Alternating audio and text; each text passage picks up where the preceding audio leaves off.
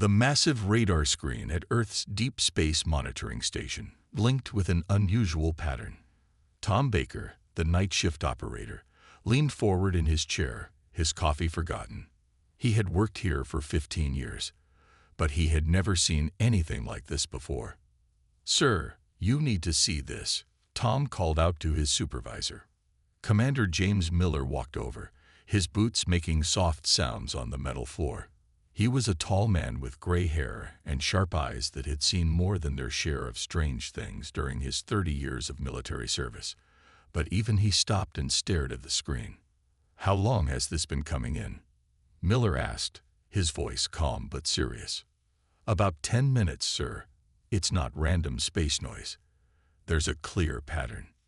Miller nodded slowly. "Call Dr. Wright from the science division. Now." Within 30 minutes, the small control room was filled with experts. Dr. Anna Wright, a woman in her 40s wearing a wrinkled lab coat, stood in front of the main screen.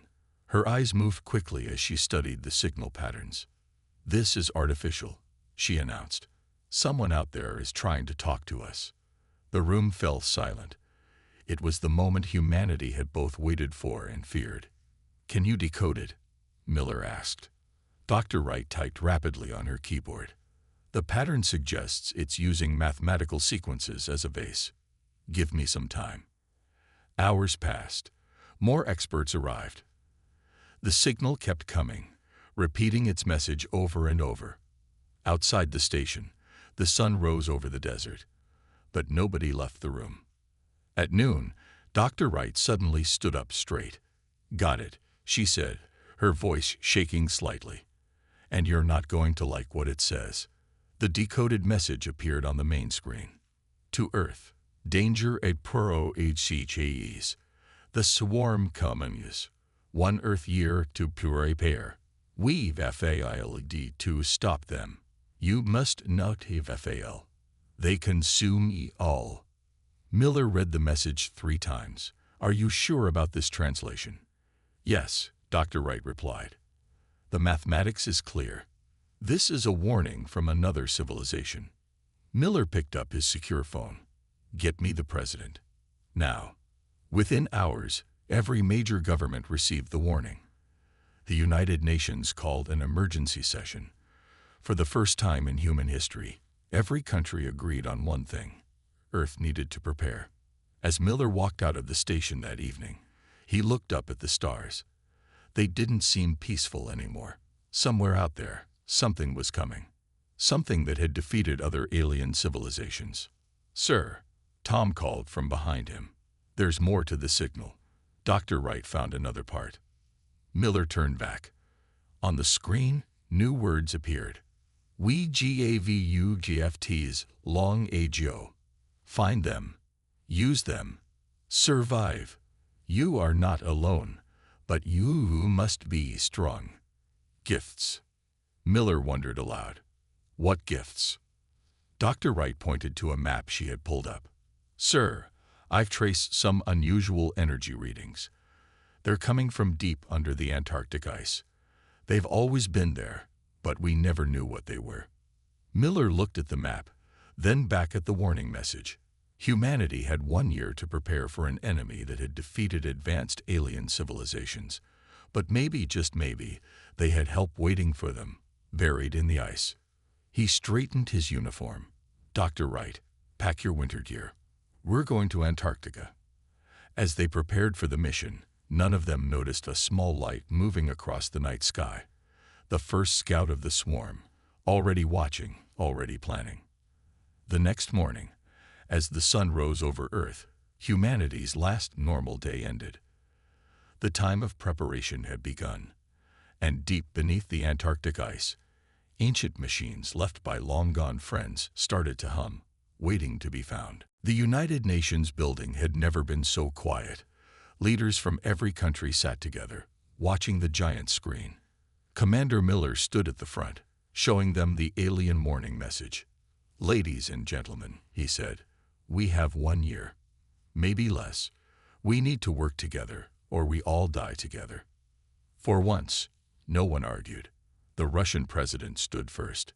"Russia's military is ready." China stands with Earth, announced the Chinese leader. One by one, every nation joined. Old enemies shook hands. Past wars were forgotten. Within one day, they created the Earth Defense Initiative, EDI. Meanwhile, in Antarctica, Dr. Wright and her team fought against bitter cold and howling winds. Their machines had detected something 3 miles under the ice. As they drilled down, their equipment picked up strange energy readings. "Commander Miller," she spoke into her radio, "we found something." The drill broke through into a large cave. As lights flooded the space, the team gasped. Before them stood a massive metal door covered in strange symbols. It looked new, despite being thousands of years old. "It's warm to the touch," Dr. Wright reported, her hand on the metal. "And there's power running through it." Back at the UN, Miller coordinated the global response. Every factory on Earth started making weapons and ships. Scientists shared their secret projects. Space agencies combined their resources. "Sir," and aid rushed in. Dr. Wright's team got the door open. The video feed from Antarctica showed a vast room filled with alien technology. Massive shields, energy weapons, and strange machines lined the walls. But most important was the message carved into the floor. "To Earth's CHILDRN, your guardians, lift these tools. The swarm fears them. Learn, adapt, improve, survive." Dr. Wright's voice came over the radio. "Commander, these aren't just weapons. They're teaching tools. The aliens didn't just give us technology. They gave us the knowledge to make it better." Miller smiled for the first time in days. How long to understand it all? The instructions are surprisingly clear, like they were made for humans to find. "Give us 3 months." Across Earth, changes happened fast. Orbital defense platforms rose into space. New satellites carried powerful shields. Underground cities were built to protect civilians. In the Antarctic base, now called Guardian Site 1, Dr. Wright made an even bigger discovery. "These weapons aren't just for defense," she explained to Miller over a video call. "The ancient aliens knew something about humans that even we didn't know." She pointed to more writing on the wall. "Look at this. Earth's children have a gift. They make things better. What takes us centuries, they do in years. Give them the seeds, and they will grow forests." Miller understood. "They chose us because we adapt quickly." "Exactly," Dr. Wright said. "We're taking their technology and already improving it. The shields are 30% stronger than the original design. The weapons are more efficient. We're doing in months what might take other species decades." In orbit, the first human-built shield generator powered up. It was smaller than the alien design but more powerful. Earth's scientists had already made it better. The first test worked perfectly. The thin blue shield surrounded Earth like a protective bubble. At the UN, Miller addressed the world leaders again. "Phase 1 is complete. We have our shields. Our weapons are ready. The underground cities can protect our people. Now we wait for them to come." In the room underneath Antarctica, Dr. Wright studied more alien messages. One caught her eye. "The swarm has never failed, but they have never met humans."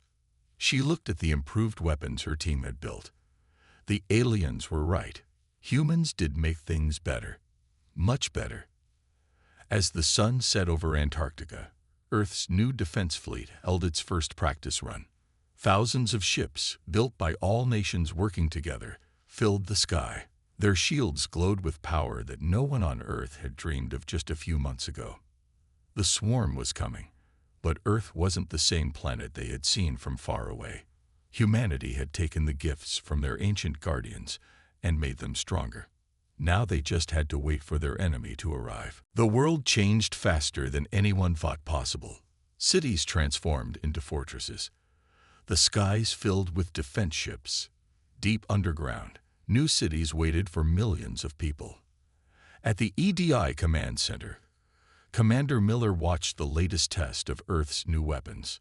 An old satellite, acting as a target, exploded into dust when hit by the improved alien weapon.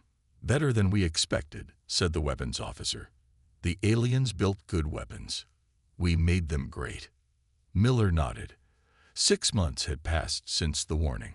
6 months remained until the swarm would arrive. In Antarctica, Dr. Wright made another breakthrough. She ran into Miller's office, holding a glowing blue crystal. "Look at this," she said, placing it on his desk. "The aliens left us their battle records." The crystal projected an image in the air. It showed the swarm's ships, huge black masses that moved like angry insects. But something else caught Miller's attention. "Play that part again," he ordered, pointing at a scene where a small ship destroyed a swarm vessel. "How did they do that?" Dr. Wright smiled. "They hit the weak spot. Every swarm ship has one, right where their shield generators connect. Hit that, and the whole ship goes down." This was the kind of information they needed. "Send this to all our pilots," Miller commanded. "They need to know where to shoot." Around Earth, training continued day and night. Pilots learned to fly the new ships. Soldiers practiced with energy weapons. Scientists kept improving everything they found. One morning, Miller visited the underground cities. They weren't just shelters. They were complete towns with schools, hospitals, and farms. They could hold millions of people for years if needed. "The food farms are working better than planned," reported Bill, the city manager. "We changed the alien growing systems. Now they make twice as much food in half the time." That was humanity's strength. They didn't just copy the alien technology. They made it work better. In orbit, the defense platforms looked like steel flowers around Earth. Each one carried shields and weapons stronger than anything humans had built before. They were Earth's first line of defense. "Testing Platform 6, called a technician's voice. The platform's shield glowed blue, then gold as they pushed it to new limits. Shield holding at 200% of alien specifications." Dr. Wright worked with pilots to teach them about swarm tactics. "They always attack in groups of 3, she explained, showing battle recordings. "But they don't expect creative thinking. That's their weakness." The pilots learned to think differently. They created new flight patterns. They practiced moves no alien would expect. Earth's ships might be smaller, but they would be smarter. Deep under the ocean, more surprises waited. Ancient alien bases held backup weapons and shields. Humanity found them all, improved them, and added them to Earth's defenses. "One thing I don't understand," Miller said to Dr. Wright one evening. "Why didn't the aliens just give us their best weapons?" Dr. Wright showed him another message from their guardians. "Best weapons are those you understand and improve. Give humans a sword, they make it sharper. Give them our tools, they'd make them stronger." As the final months passed, Earth became a fortress. The shields were tested and ready. The weapons were stronger than ever. The underground cities waited silently. Then one night, as Miller looked at the stars from the Antarctic base, all the alien machines started humming at once. Dr. Wright rushed in with new readings. "Something big just entered our solar system," she said, her voice tight with tension. "And it's not alone." Miller walked to the command center, his steps heavy but determined. On every screen, dots appeared at the edge of the solar system. The swarm was early.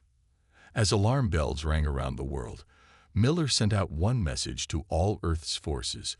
"This is what we prepared for. Everyone to their stations. They're here." The time for preparation was over. The time for battle had begun. Red lights flashed across every EDI command screen. The dots at the edge of the solar system moved slowly but steadily towards Earth. Millions watched the news as Commander Miller made his announcement. "Citizens of Earth, the swarm has entered our solar system. They are earlier than expected. All civilians, please move to your assigned underground cities in a calm and ordered way. This is not a drill." Dr. Wright studied the incoming data at Guardian Site 1. "Something's wrong," she said, looking at the readings. "These energy signatures, they're bigger than anything in the alien records. In space, strange lights danced between the stars. The swarm ships looked like dark clouds moving against the blackness. Earth's long-range cameras showed them clearly now. Massive ships that seemed to eat light itself. "They're heading for Mars first," reported Tom from his monitoring station. Just like the alien records showed, they always test a system's outer defenses. Miller watched as the first wave of swarm ships approached the red planet. "Activate Mars defense grid," he ordered. Unknown to the swarm, humans had built defenses around Mars too. As the first swarm ships came close, hidden weapons platforms powered up. Earth's defenders watched and waited. In the underground cities, people settled into their new homes. The halls were filled with the sound of children playing and adults talking.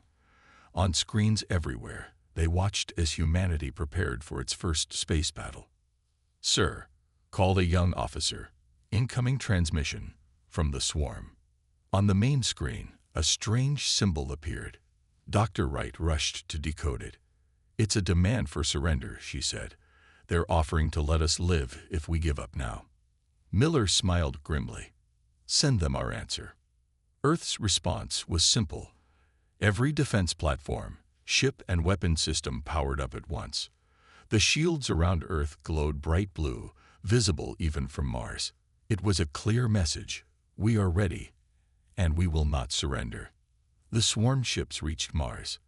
They expected an empty planet. Instead, they found humanity's first surprise. Mars platforms firing, called the Defense Coordinator. The hidden weapons opened fire. Improved alien technology, made even better by human engineers, struck the first swarm ship. To everyone's amazement, the massive ship exploded. A cheer went up in the command center. The alien weapons work even better than they had hoped. But the swarm's response was quick. More ships appeared, their dark forms blocking out the stars behind them. They fired at Mars, testing Earth's shield technology. "Mars shields holding at 160%, reported the defense officer. "They're hitting harder than the records showed, but we're still stronger." Dr. Wright suddenly called for silence. She had decoded another message hidden in the alien records. Her hands shook as she read it. "To Earth's defenders, the swarm you face has grown stronger since our time. But so have you. Remember, they think as one, you think as many. This is your strength." Miller understood. The swarm was like a giant hive, one mind controlling all. But humans were different. Each soldier, each pilot, each defender could think and act on their own. "Send to all Earth forces," Miller commanded. "Don't follow standard battle plans. Think for yourselves. Be creative. Be human." Around Mars, the battle continued. The swarm lost more ships, but they kept coming. They were learning, adapting to Earth's weapons. But with each attack, human defenders found new ways to fight back. Then suddenly, the swarm pulled back. Their ships retreated to the edge of Mars' orbit. Everyone in the command center held their breath. "Why did they stop?" someone asked. Dr. Wright looked at her readings. "They're calling for reinforcements," she said quietly. "This was just their scout force. The main fleet is coming." Miller stood straight, his face determined. "Then we'll be ready for them too. Send word to all forces. This was just round one. The real fight is about to begin." As night fell on Earth, millions of people in the underground cities looked up at their artificial sky and waited. Above them, humanity's defenders prepared for the greatest battle in human history. The calm before the storm was ending. The true test was about to begin. The main swarm fleet arrived 3 days after the Mars battle. They filled the space between Mars and Earth like a dark storm cloud. Earth's long-range cameras showed thousands of ships, each bigger than a city.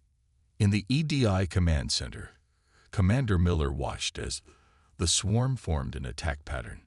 "They're not even trying to talk this time," he said. "Why should they?" Dr. Wright replied. "No species has ever fought back this well before. We made them angry." The first wave of swarm ships moved forward. They were different from the scouts, bigger, with stronger shields. But humanity had spent the last 3 days preparing new surprises. "Launch Operation Hornet's Nest," Miller ordered. Hundreds of small ships shot out from behind Earth's moon, where they had been hiding. These were humanity's newest weapons, tiny ships that could slit through the swarm's shield gaps. Each carried a weapon designed to hit the enemy's weak spots. Swarm ships responding, called Tom from his station. They're breaking formation. The small human ships darted between the massive swarm vessels.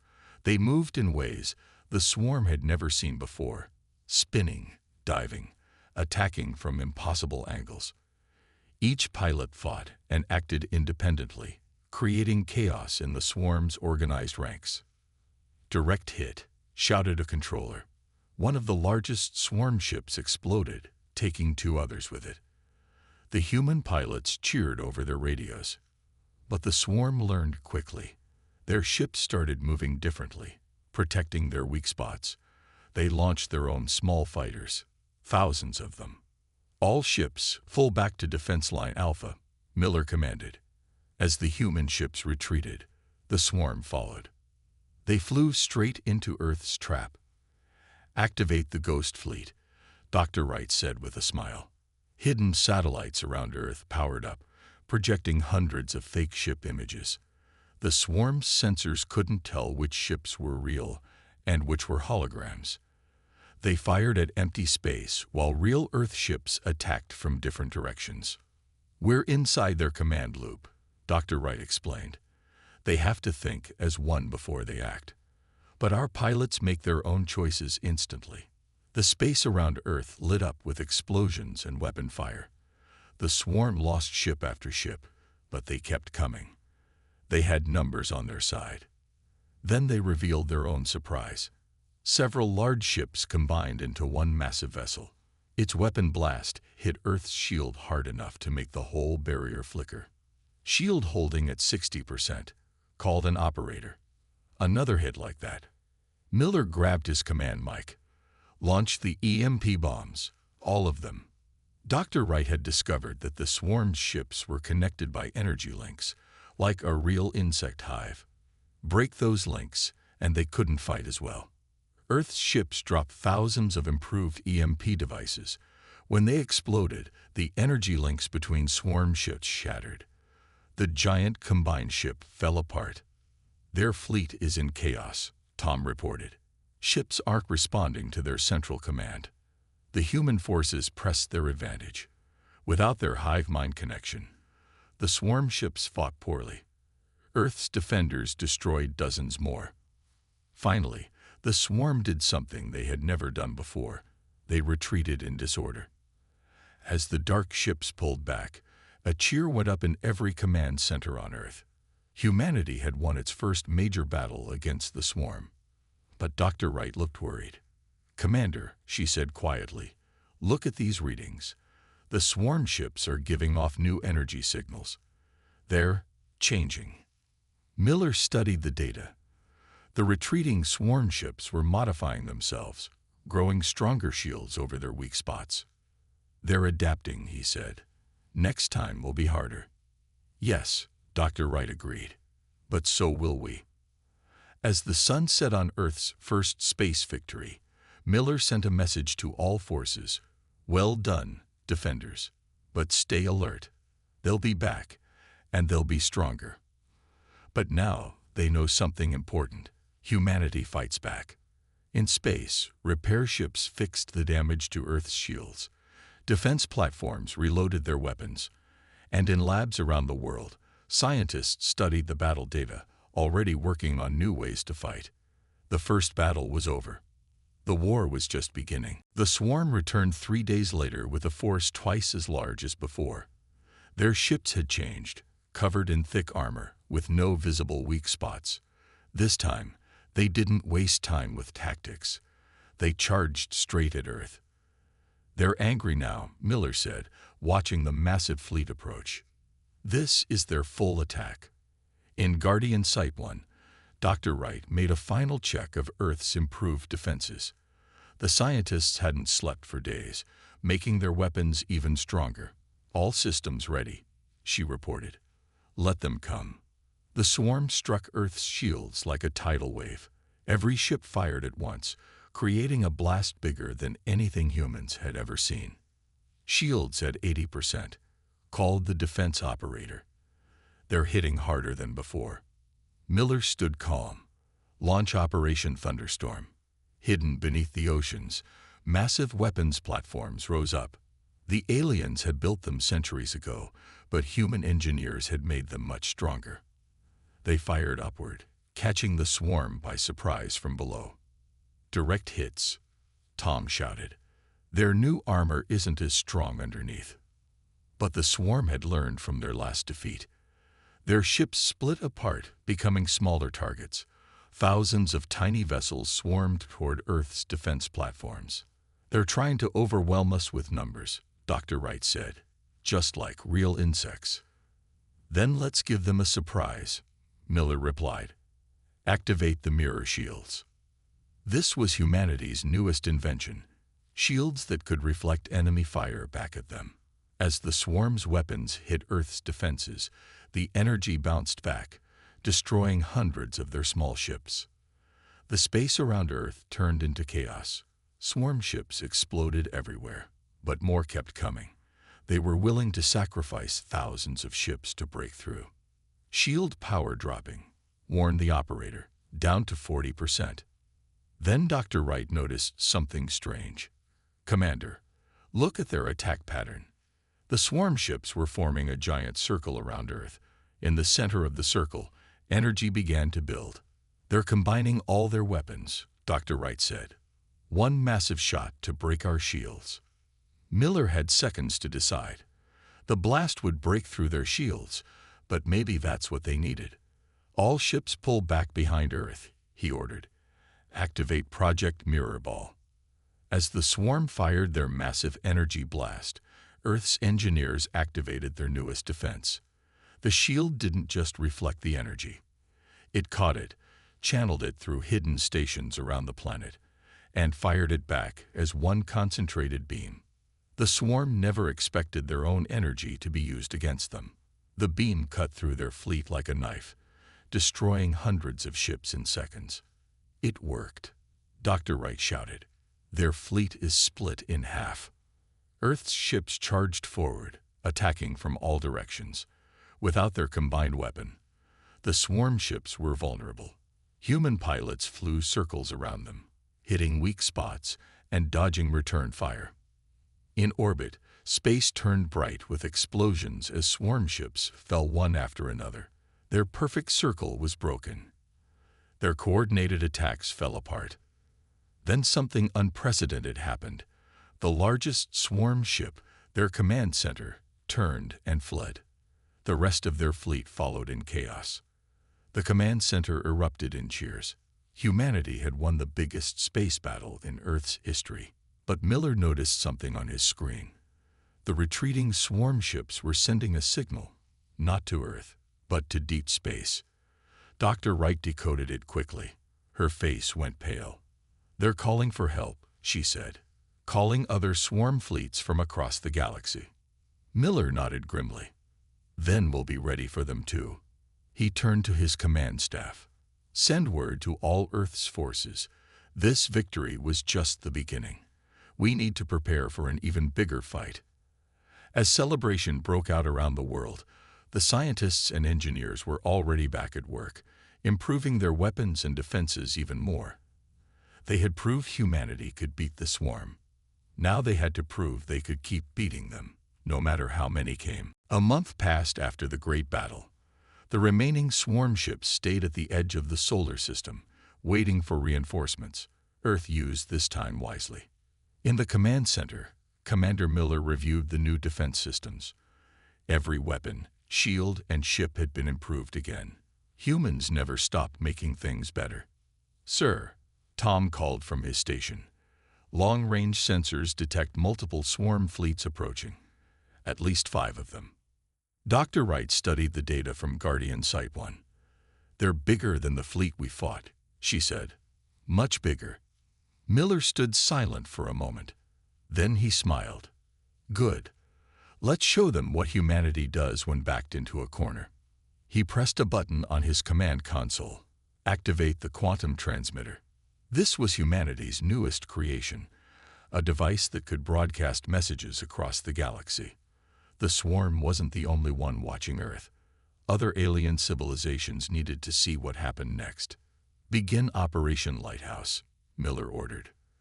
Around Earth, thousands of hidden platforms emerged from their hiding places, not just in orbit, but from under the oceans, from inside asteroids, and from beneath the surface of Mars. Each platform carried humanity's most advanced weapons and shields, technology that had evolved far beyond the original alien designs. Earth didn't just copy anymore. They had created something new. The quantum transmitter activated, broadcasting to every corner of space. Miller stepped forward to deliver humanity's message. To the swarm and to all who watch, his voice carried across the stars. You see 5 fleets approaching Earth. We see 5 chances to prove our point. On his signal, Earth's platforms formed a new pattern. Energy flowed between them, creating a web of power never seen before. Humanity does not seek war, Miller continued, but we will not run, we will not hide, and we will not surrender. The approaching swarm fleets moved closer, their ships blocking out the stars. They thought numbers would win. They were wrong. What you saw last month wasn't our best defense, Miller announced.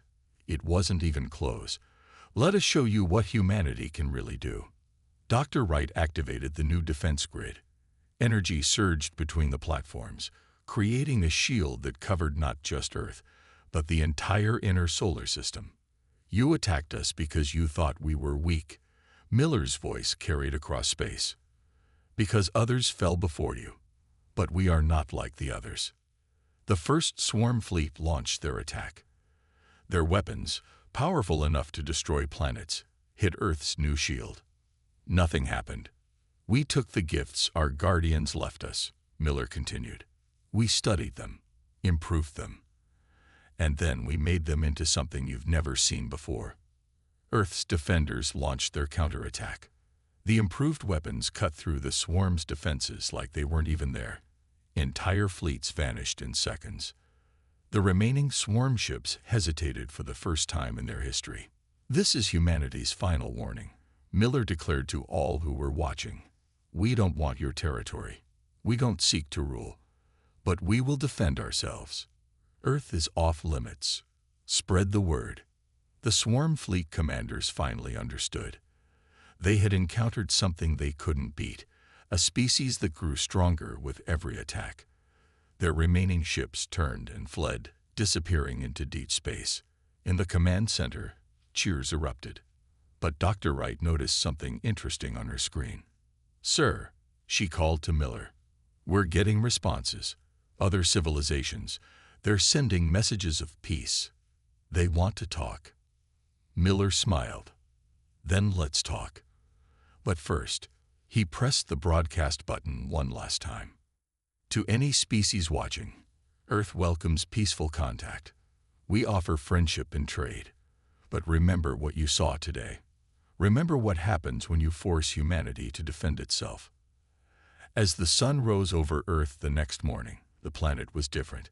Humanity had proved itself to the galaxy. They weren't just survivors anymore. They were a power to be respected.